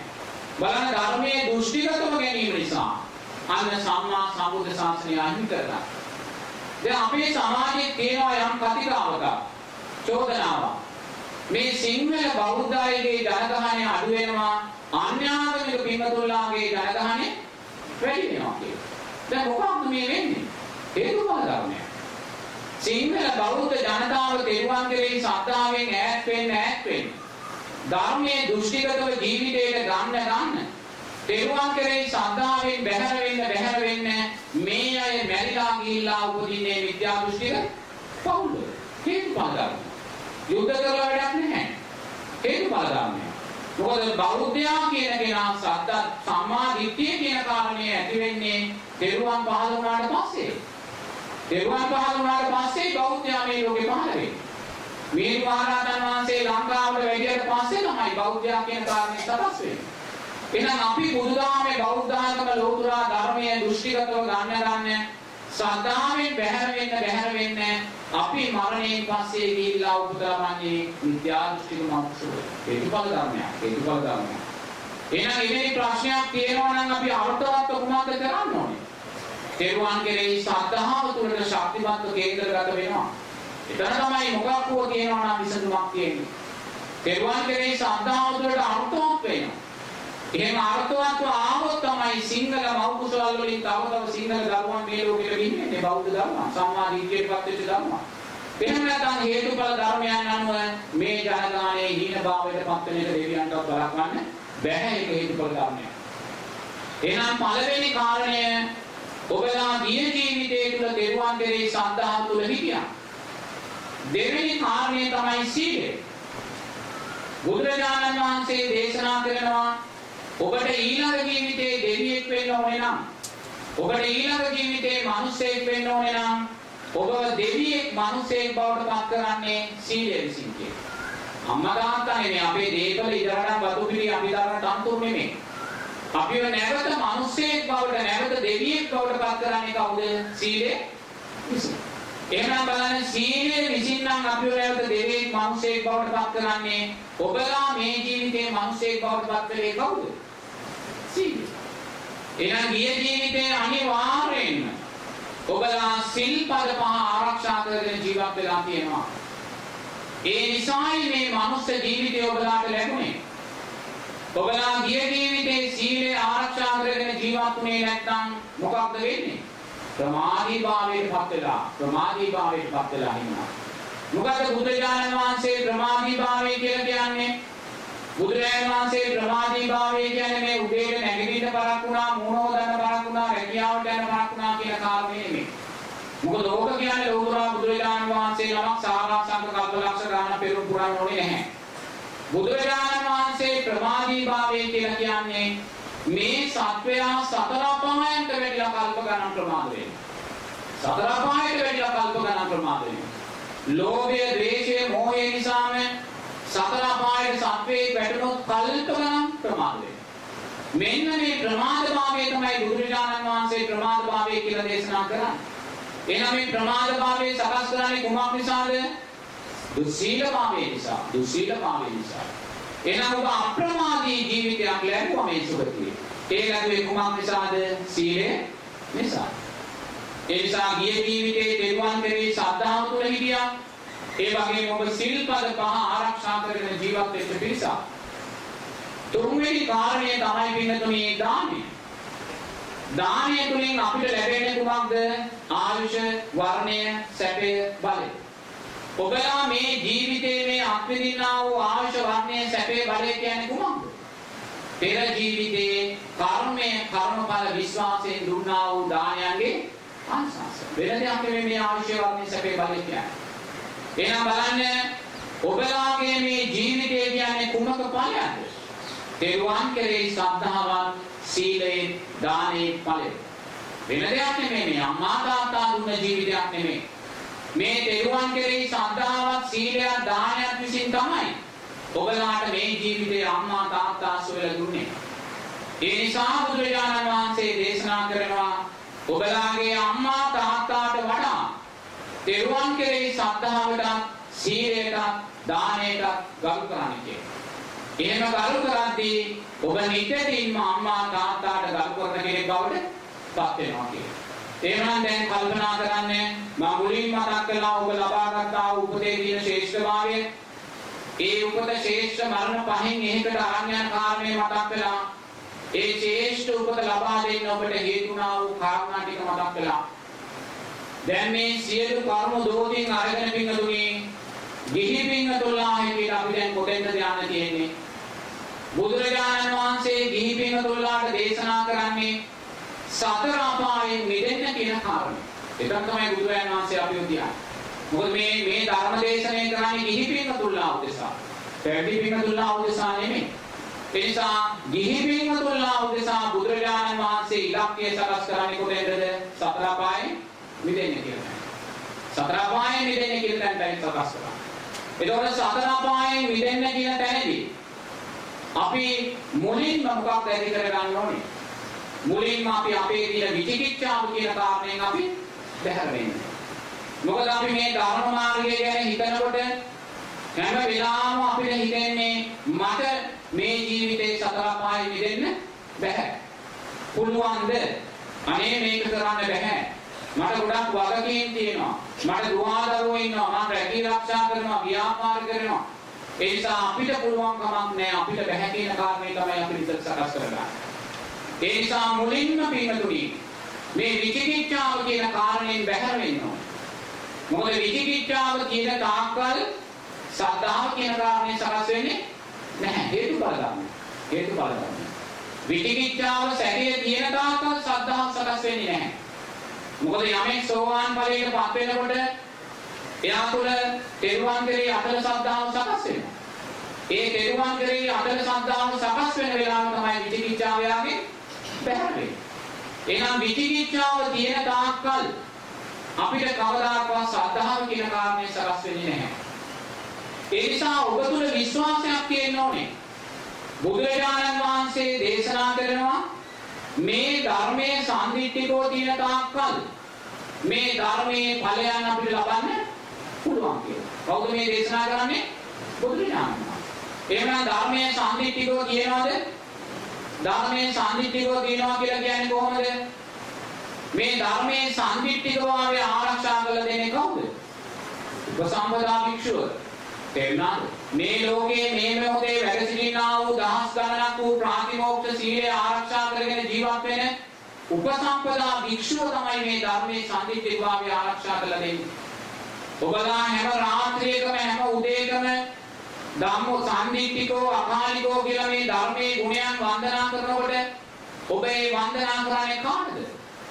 මේ ලෝකේ ජීවත් වෙනා උපසම්පදා භික්ෂුන් වහන්සේලා.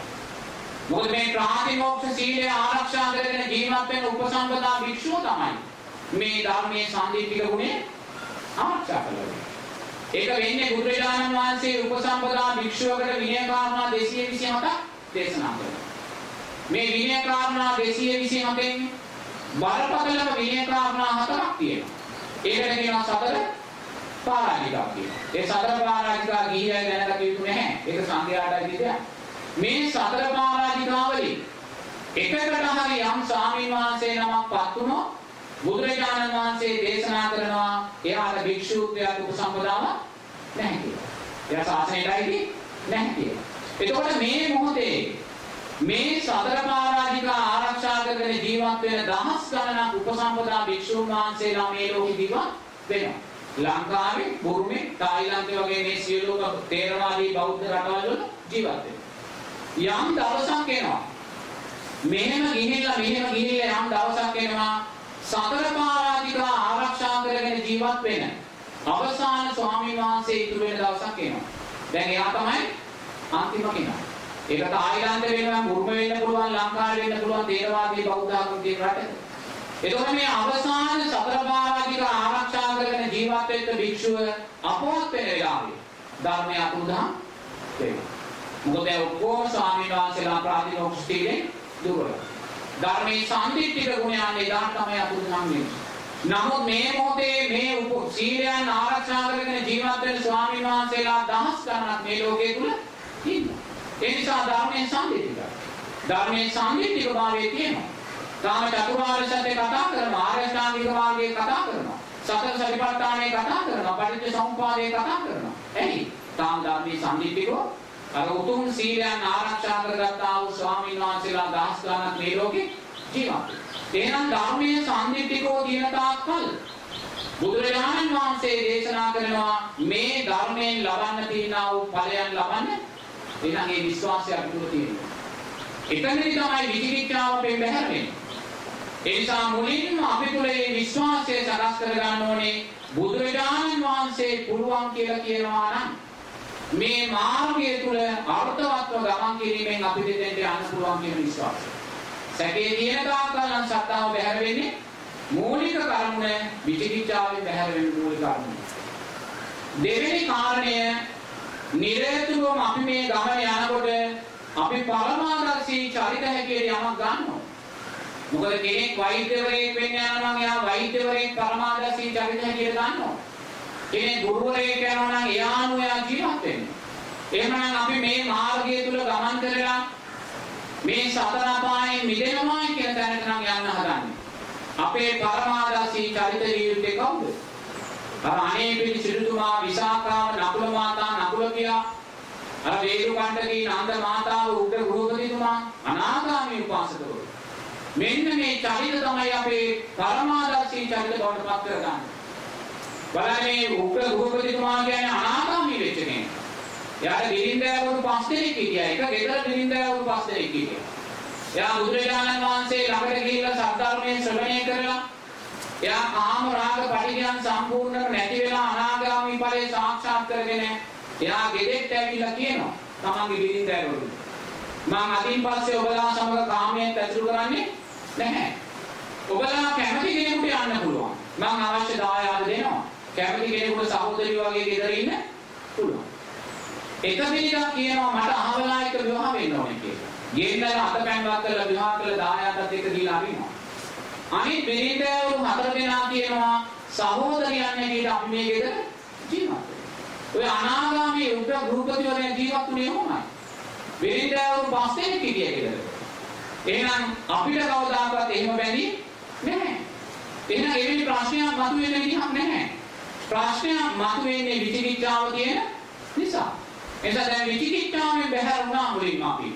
බුදුරජාණන් වහන්සේ කියන නිසා බුදුරජාණන් වහන්සේ කෙරේ විශ්වාසයෙන් අපි විචිකිච්ඡාවෙන් බැහැර වෙනවා. බුදුරජාණන් වහන්සේ පුළුවන් කියනවා නම් ඒක පුළුවන්මයි. පුළුවන්මයි. ආයෙත් දෙපාරක් හිතන්න අවශ්‍ය නැහැ. ඊට පස්සේ අපි පරමාදර්ශී චරිත අපේ ජීවිතයට එකතු කරගන්න. අනේ පිළි සිටුතුමා කියන්නේ අර ගේක වනේ රන් කාසි වලින් ඇතිරුවා. අර විසාකා උපාසිකාව කියන්නේ අප්‍රමාණ ධනයක් හිටපු කෙනෙක්. ඒ වගේම අප්‍රමාණ මුණුපුර මිනිපිරියන් හිටපු කෙනෙක්. සිය ගාණක් මුණුපුර මිනිපිරියන් හිටියා. ඉතින් බලන්න කොච්චර ලස්සනට මේ කාරණා කරගෙන ධර්ම මාර්ගයේ සාක්ෂාත් වුණාද කියලා. ඒ නිසා නිරේතුරුව මේ චරිත පරමාදර්ශී චරිත කරගන්න. නමුත් අපි මේ අපේ ජීවිතේ හැම වෙලාවෙම පරමාදර්ශී චරිත කරගන්න එක්ක රටේ පාලක මහත්තුරු නැත්නම් අපේ නළුනිල මහත්තුරු අපි කන්නේ බොන්නේ අඳින්නේ හැම දෙයක්ම කරන්නේ විදියට. නමුත් බුදුරජාණන් වහන්සේ කියනවා මේ අය මරණයෙන් පස්සේ පායාස නිරේතයි යන්නේ කියලා. මේ මම කියන දෙයක් මේ බුදුරජාණන් වහන්සේ දේශනා කරා. මේ අය මේ ලෝකයා තුල කාමච්ඡන්දයන් සකස් කරන නිසා අකුසල් සකස් කරන නිසා බුදුරජාණන් වහන්සේ කියනවා මරණයෙන් පස්සේ මේගොල්ලෝ පායාස නිරේතයි යන්නේ කියලා. එහෙනම් අපි මේ පරමාදර්ශී චරිත බවට පත් කරගෙන ඉන්නේ කවුද? මේ පායාස නිරේත යනවා වූ පිරිස. එහෙනම් කවදාකවත් අපිට සුගතිය කරා යන්න පුළුවන් වෙයිද? බැහැ. එහෙනම් සුගතිය කරා ගියා වූ මේ නිවන් අවබෝධය කරා ගියා වූ ඒ උතුම් චරිත තමන්ගේ පරමාදර්ශී චරිත බවට පත් කරගන්න. අනේ පිළි සිටුතුමා ජීවත් වුණේ ඇති මනසින් දකින්න.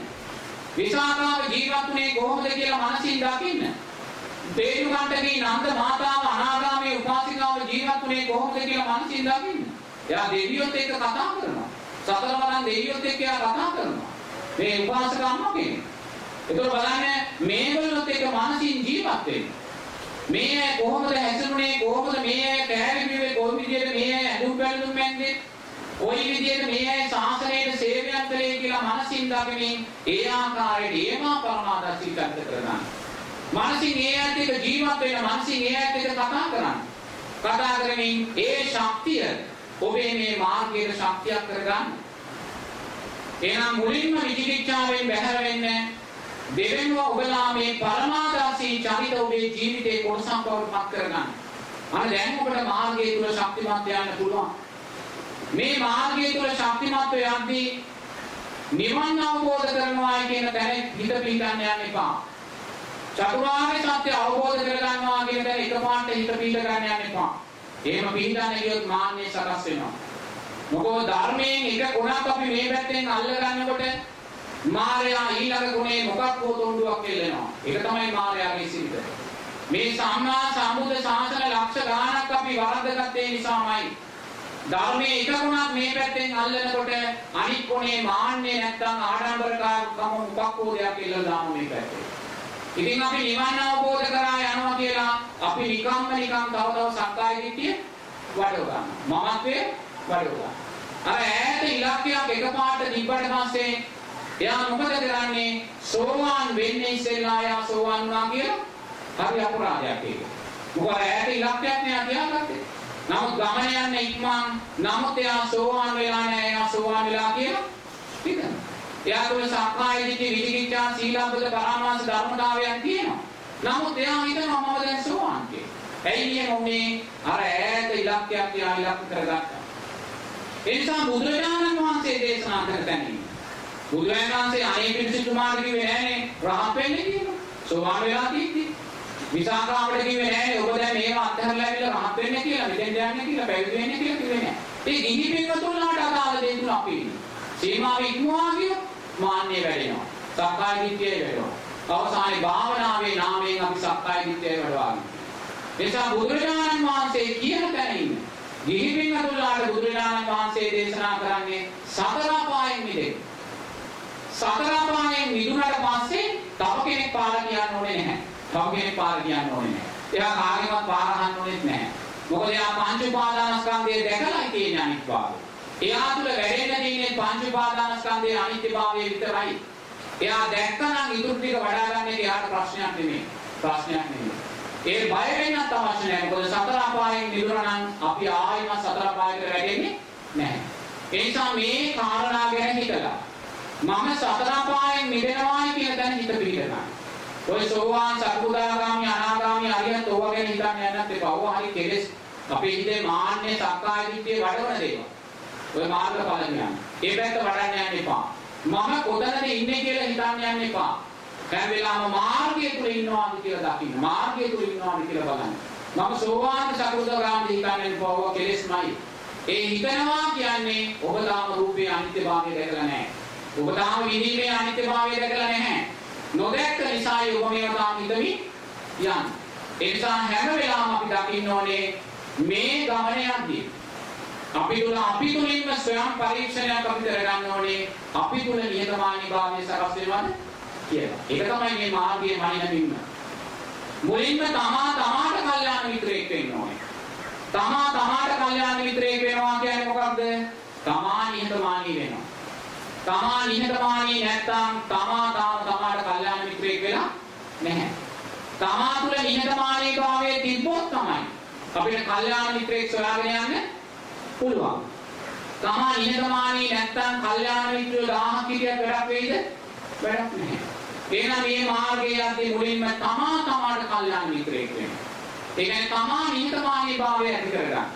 ඇති කරගෙන මේ මාර්ගය තුල ඉස්සරහට යන්න ඒ යද්දී හැම රාත්‍රියකම තමා තුලින් තමා ස්වයං පරීක්ෂණයක් කරන්න වෙනවා. තමා තුලින් තමා ස්වයං පරීක්ෂණයක් කරන්නේ මොකද? ඒ ස්වයං පරීක්ෂණය තමා තුල නිහතමානීභාවය වැඩිනවා. තමා තුල නිහතමානීභාවය වැඩෙන්නේ නැත්නම් මාන්නය නම් ආඩම්බරකමක් නම් වැඩෙන්නේ තමා යන්නේ වැරදි පාරට. මොකද සක්කාය දිට්ඨිය වැඩෙන්නේ. සක්කාය දිට්ඨිය වැඩෙන්නේ. ඒ නිසා හැම රැයකම තමා කෙරෙහි අනුකම්පාවෙන් තමා ස්වයං පරීක්ෂණයක් කරන්නේ තමා තුළ නිහතමානීභාවය වැඩිනවා කියන්නේ. මොකද මේ අපි අපේ ජීවිතේට ගොඩාක් දේවල් පුරව ගන්න. දැන් මට ගිහි ජීවිතයක් තිබුණා. ඒ ගිහි ජීවිතය තුළ අප්‍රමාණ දේවල් අපි මේ ජීවිතේට පුරව ගත්තා. දැනුම නායකත්වය හැම දෙයකින්ම අපි මේකට පිරුණා. මේක පිරෙන තරමට තමයි අපි මේ ජීවිතය අර්ථවත් කියලා දැක්කේ. ඒවා පිරෙන්නේ නැත්නම් අපි මේ ජීවිතයේ අර්ථයක් දැකේ නැහැ. නමුත් මේ අපි පුරවගන්නේ සක්කාය දිට්ඨිය කියන කාරණේ එදා දැනගෙන හිටියේ නැහැ. අපි ආසාවෙන් තව පුරවගත්තා. යන්නේ යනතන නායකත්වයමයි බැලුවේ. යන්නේ යනතන මුල් වෙන්නමයි බැලුවේ. ඒ අපි දැනගත්තේ නැහැ මේ සක්කාය දිට්ඨිය. නමුත් අපි සද්ධාර්ම ශ්‍රවණයන් කල්යාණ මිත්‍ර ආශ්‍රයත් නිසා හඳුනාගත්තා. මේ පුරවගන්නේ වැරදි දෙයක් කියලා. ඒ නිසා අපි බැලවල් වලට ගිහිල්ලා මොකක්ද කළේ? අපිම පුරවගත්තා වූ දේ අපිම හිස්කනවා. මගේ ඇස, මගේ කන, මගේ නාසය, මගේ දිව, මගේ ශරීරය, මගේ රූපය, මගේ වේදනාව කියමින් අපිම පුරවගත්තා වූ දේ අපිම හිස්කලා. කොමකින්ද හිස්කලේ? ඇසේ අනිත්‍යභාවය දකිමින් හිස්කලා. කනේ නාසයේ අනිත්‍යභාවය දකිමින් හිස්කලා. වේදනාවේ රූපයේ අනිත්‍යභාවය දකිමින් හිස්කලා. මේක හිස් කරගෙන යද්දී බුදුරජාණන් වහන්සේ දේශනා කරනවා තමා අතහැර මොකක් එනවා කියලා. ඒකෙන්ද තමයි අපි මේ යන්න උත්සාහ කරන්නේ. තේරෙනවද? එහෙනම් හිස් වෙන තරමටයි අවබෝධයේ තියෙන කාරණේ ඇති වෙන්නේ. මොනවද හිස් වෙන්නේ? මේ මගේ කරගත්තා වූ රූපේ හිස් වෙන්න ඕනේ. මගේ කරගත්තා වූ විඳීම හිස් වෙන්න ඕනේ.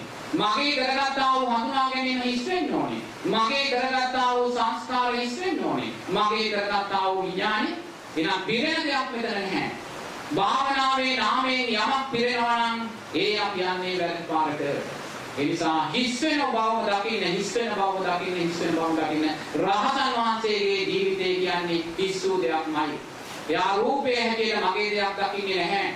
එයා වේදනාව හැටියට මගේ දෙයක් දකින්නේ නැහැ. එයා සංස්කාරයන් හැටියට මගේ දෙයක් දකින්නේ. එහෙනම් මෙන්න මේ කාරණා ටික දැනගෙනයි අපි මාර්ගයට යන්නේ. ඒ මාර්ගයට යද්දී බුදුරජාණන් වහන්සේ දේශනා කරනවා ඔබලාට මේ ජීවිතේ සතර අපායෙන් මිදෙන්න නම් කාරණා තුන ජීවිතේට එකතු වෙන්න ඕනේ කියලා. දැන් සතර අපායෙන් මිදෙන්නයි මේ යන්නේ. මේ කාරණා තුන මොකද්ද? එක තෙරුවන් කෙරෙහි වූ වදන ශ්‍රද්ධාව. දෙවෙනි කාරණය සීලය ආරේකාන්ත සීලයක් හැටියට වැඩෙන්න ඕනේ. තුන්වෙනි කාරණය පංච උපාදානස්කන්ධයේ අනිත්‍යභාවය. දැන් බලන්න මේ කාරණා තුනක් බුදුරජාණන් වහන්සේ කියන්නේ මේ ආවා වූ භව ගමන සිඳ ගන්න ආත්ම භාව හතකට සීමා කරගන්න මේ සරල කාරණා තුනක් බුදුරජාණන් වහන්සේ කියන්නේ. තෙරුවන් කෙරෙහි අදල ශ්‍රද්ධාව, සීලේ ආරේකාන්තභාවය, පංච උපාදානස්කන්ධේ අනිත්‍යභාවය. බලන්න මේ කාරණා තුන ගනිද්දී අපි ජීවිතේ හැටියට මේ මීට වඩා කොච්චර බරපතල දේවල් අපි මේ කරන්නේ කියලා බලන්න. දරුවෙක් හදන්න කොච්චර වෙහෙසක් ගන්නවද? දරුවා ශිෂ්‍යත්වයට පාඩම් කරන්නේ 10 විභාගයට පාඩම් කරන කොච්චර වෙහෙසක් ගන්නවද? රැකියාව උදෙසා ව්‍යාපාරය උදෙසා අපි කොච්චර වෙහෙසක් ගන්නවද? ඈ අපි මේ ජීවිතය කියලා ගෙවල් දොරවල් හදන්න තීන දේවල් නඩත්තු කරන්න මොනසා වෙහෙසක් කැපවීමක්ද ගන්නේ? මොකද බුදුරජාණන් වහන්සේ දේශනා කරනවා මේ සරල කාරණා තුන තුලින් මේ සියලුම ටික නිවා ගන්න පුළුවන්. යමෙක් මේ ජීවිතේ සෝවාන් ඵලයටපත් වුණා නම් සතර අපායට මිදුණා නම් එයාට තව ගෙවන්න තියෙන දුක මේ අතේ තියෙන පස් ප්‍රමාණයටයි කියනවා. මහා පොළවේ තියෙන පස් ප්‍රමාණයට එයා දුක ගෙවලා. තව අතේ තියෙන පස් ප්‍රමාණයයි කියන්නේ. නේ. එහෙනම් දැන් සිහිනුවණින් දකින්න මේ සතර අපායේ දිය දැකලා මේ සරල කාරණා තුනකින් අපිට මේ මුළු ගමනම භව ගමන හතකින් අපිට නිවා කරන්න පුළුවන්. ඒක මේ විශ්වාසය ඇති කරගන්න. ඇති කරගෙන තෙරුවන් කෙරෙහි ශ්‍රද්ධාව තමයි අපි මුලින්ම ඇති කරගන්නේ. ඒක හොඳට හිතන්න. මොකද බුදුරජාණන් වහන්සේ සෝවාන් ඵලයට පත්වීමට තමයි මේ කාරණා තුන දේශනා කරන්නේ. තෙරුවන් කෙරෙහි වදන ශ්‍රද්ධාව, සීලය, පංච උපාදානස්කන්ධයේ අනිත්‍යභාවය. යමෙක් සෝවාන් ඵලයට පත් වුණාට පස්සේ එයාට ආයෙමත් ශ්‍රද්ධාව පිළිබඳ සීලය පිළිබඳ ප්‍රශ්නයක් නැහැ. ඒක වෙන්නේ පරිපූර්ණ. ආයෙමත් ඒකේ වැඩිමක් නැහැ. ඉන් එහාට පංච උපාදානස්කන්ධයේ අනිත්‍යභාවය වැඩි නැති. ඒ නිසා අපේ මේ ජීවිතේ අපි වැඩි බර දෙන්න ඕනේ කාටද? තෙරුවන් කෙරෙහි වූ ශ්‍රද්ධාවට. එන්න තමයි වැඩි බර දෙන්න ඕනේ. සමත විදර්ශනාවට නෙමෙයි. සමත විදර්ශනාවට උගක් ඉස්සරහට යන්නේ. තෙරුවන් කෙරෙහි ශ්‍රද්ධාවමයි අපිට මේ මාර්ගය සකස් කරලා දෙන්නේ. යමෙක් තෙරුවන් කෙරෙහි ශ්‍රද්ධාවෙන් පරිපූර්ණ නම්, සීලෙන් පරිපූර්ණ නම්, එයා පිළිබඳ සමත විදර්ශනාව ගැන කතා කරන්න දෙයක් නැහැ. ඉබේම යා තුළ සමාධිය වැඩිලා හේතුඵල ධර්මයක්. ඒ නිසා මේ කාරණා දෙක තමයි බුදුරජාණන් වහන්සේ අපිව බෙදගස්සන්නේ මෙතන. මොකද සෝවාන් ඵලයට පස්සේ ආයිමත් මේව වැඩිමක් නැහැ. ඒ නිසා නිරේතුරුවම තෙරුවන් කෙරෙහි ශ්‍රද්ධාව සකස් කරනවා. බුදුරජාණන් වහන්සේ කෙරෙහි ශ්‍රද්ධාව. බලන්න මේ මොහොතේ අපි මේ ලබන්නා වූ සැනසෙල්ල කවුරු නිසාද ලබන්නේ? බුදුරජාණන් වහන්සේ. මේ කර්මයේ කර්මඵල විශ්වාස පිළිබඳ මේ දැක්ම ඇති කරගත්තේ කවුරු නිසාද? බුදුරජාණන් වහන්සේ නිසා. මේ ජීවිතේම නිවන් අවබෝධ කරගන්න පුළුවන් මේ ජීවිතේම සතර පායෙන් මිදෙන්න කියලා අපි දන්නේ කවුරු නිසාද? බුදුරජාණන් වහන්සේ නිසාමයි. ඒක බලන්න මේසා සැනසෙල්ලක් අපිට ලබා දෙන්න. බුදුරජාණන් වහන්සේ කොයිසා දුක්ඛාන්තරාවක් සංසාරයක් පුරාම විඳලානේ.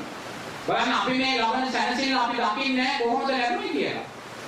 මේ ලබන සැනසෙල්ල ලබන්න බුදු රජාණන් වහන්සේ විඳා වූ අප්‍රමාණ වූ දුක් ගොඩක් තියෙනවා. අපි බුදුරජාණන් වහන්සේ කියද්දී නිරතුරුවම අපි සිදුහත් කුමාරයා කියන තැනින් නවතිනවා. අයින් එහාට යන්නේ නැහැ. නමුත් බුදුරජාණන් වහන්සේට අපමණ වූ පරිත්‍යාගයන් තියෙන්නේ අර සාරා සංඝ කල්ප ලක්ෂ ගානක් ආවා වූ ගමනේදී.